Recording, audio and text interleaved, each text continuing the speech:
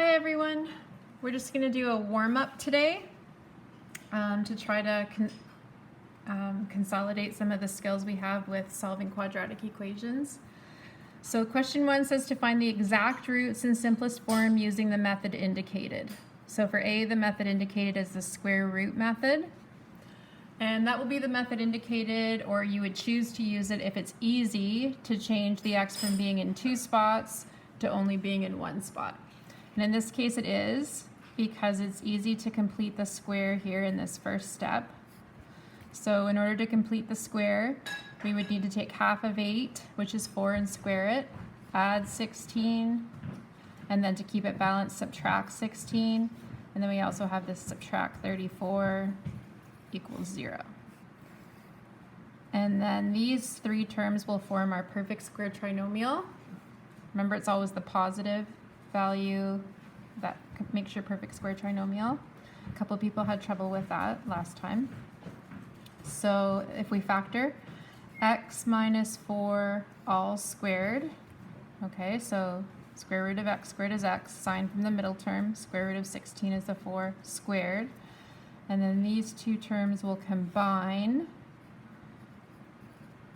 together, or can combine together. So now x is only in 1 spot, and we want to solve for it, so we can use reverse bedmass once we've completed the square. So now we want to isolate x, get it by itself, so we're going to add 50 to both sides first.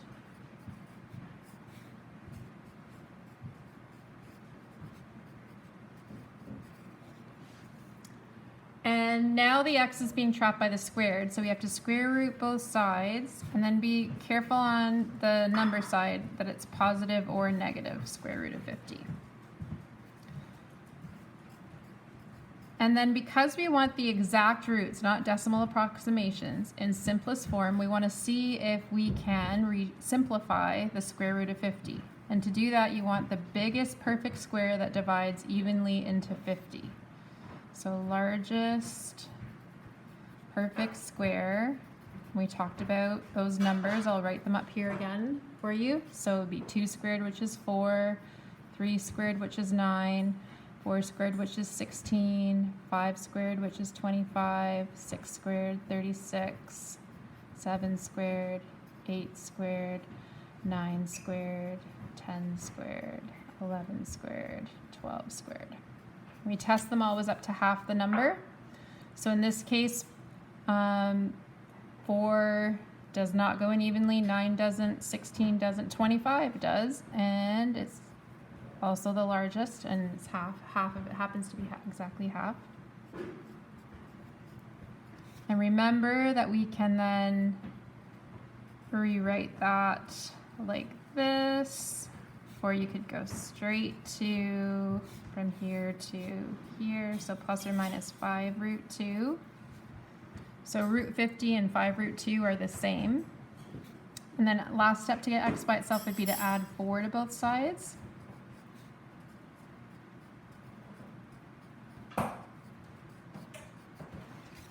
So there we have solved our quadratic equation, and our roots are expressed in simplest form, and they're exact. So no decimal approximations.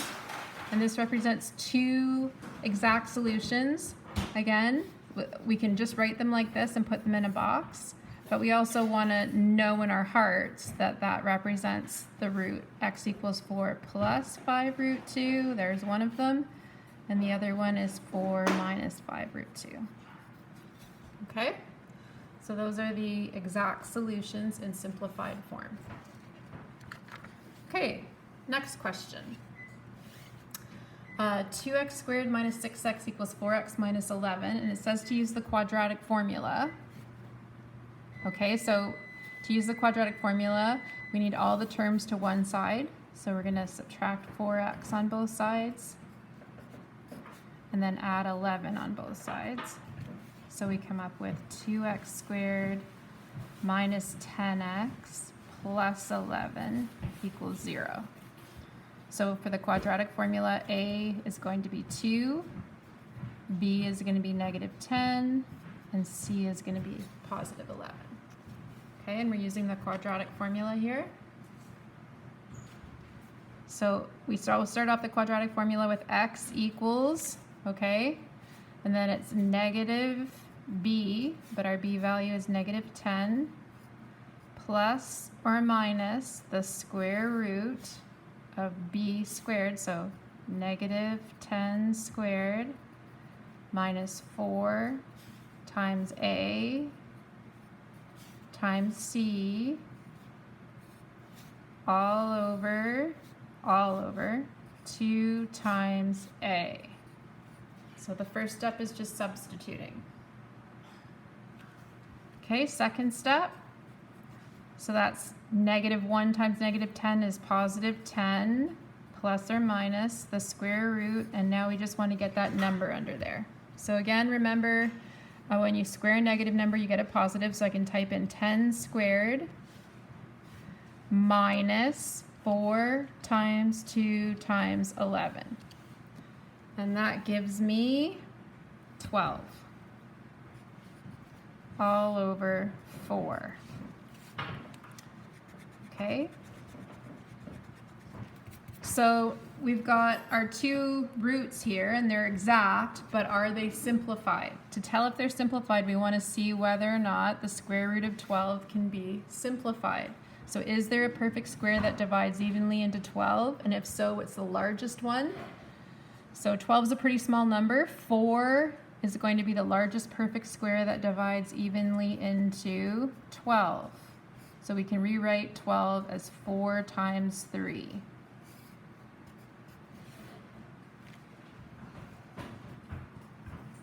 And then we can take the square root of 4, which is 2, leaving the 3 still under the square root sign, over 4.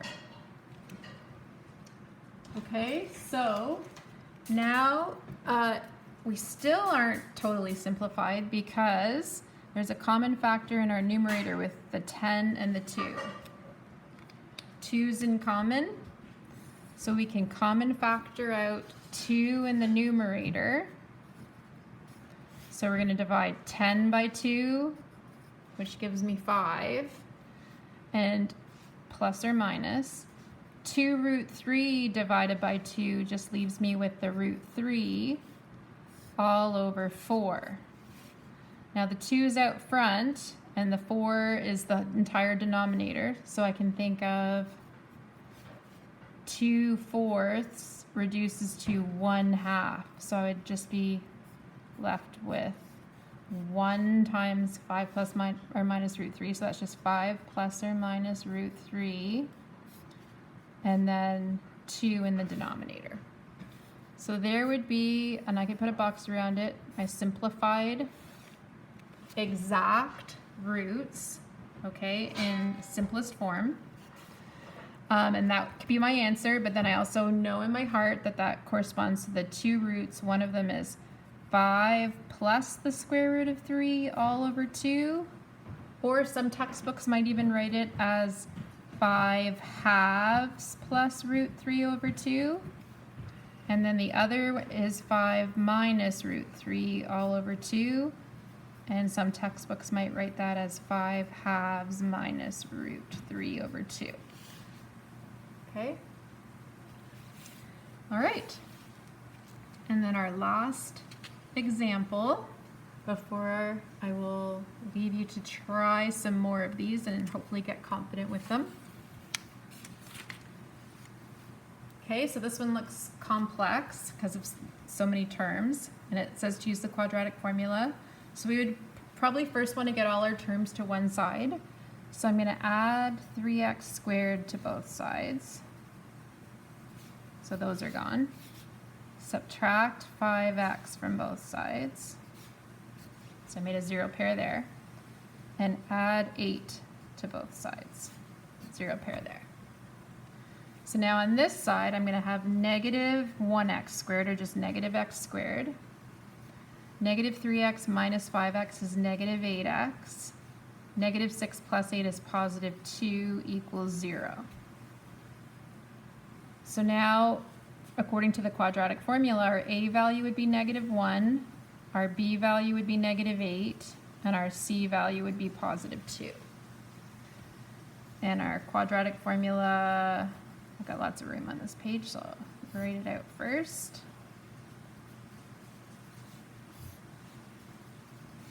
So first step, we're just going to substitute in. So negative 8 plus or minus the square root of negative 8 squared minus 4 times negative 1 times 2 all over 2 times negative 1. So that's going to give me positive 8 plus or minus the square root of, so I'm going to type into my calculator 8 squared, make sure you can see it there, minus 4 times negative 1 times 2. And that gives me 72 all over negative 2. So now I want to see whether or not I can simplify the square root of 72. 72 is a good one.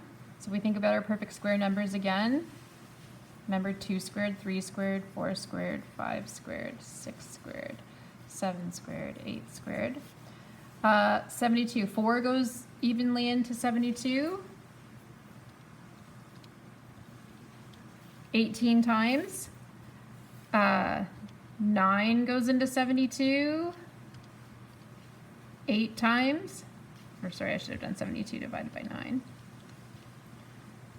9. 16 does not go in evenly. 25 doesn't go in evenly. 36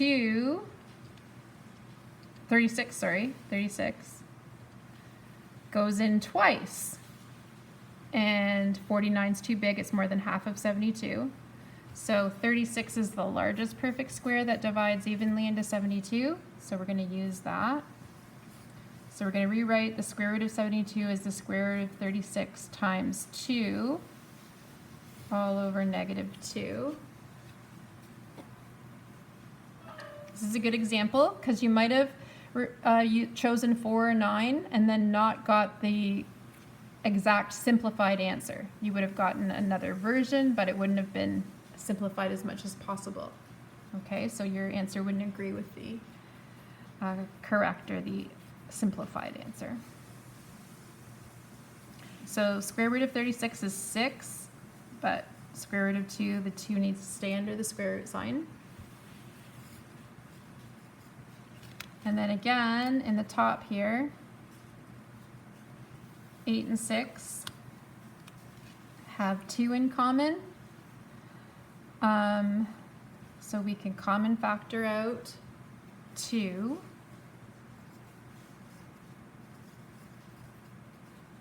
So 8 divided by 2 is 4, 6 divided by 2 is 3, and the root 2 is kind of like an x there, it just stays there. Divided by negative 2, and 2 divided by negative 2 is negative 1. So what does that mean?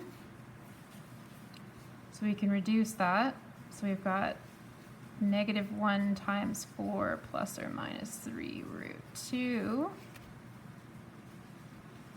So let's think about this. So when we use our distributive property here, we get negative 4. And if we multiply negative 1 by the positive 3 root 2, we would get negative 3 root 2. And if we multiply the negative 1 by the negative 3 root 2, we would get the positive 3 root 2. So it's still plus or minus. The negative 1 doesn't affect that plus or minus. So those are our 2 roots in simplified form. So we could put a box around them, but then we'll also know that that represents negative 4 plus 3 root 2 and negative 4 minus 3 root 2 as our 2 exact simplified roots. Okay, and that is it for today.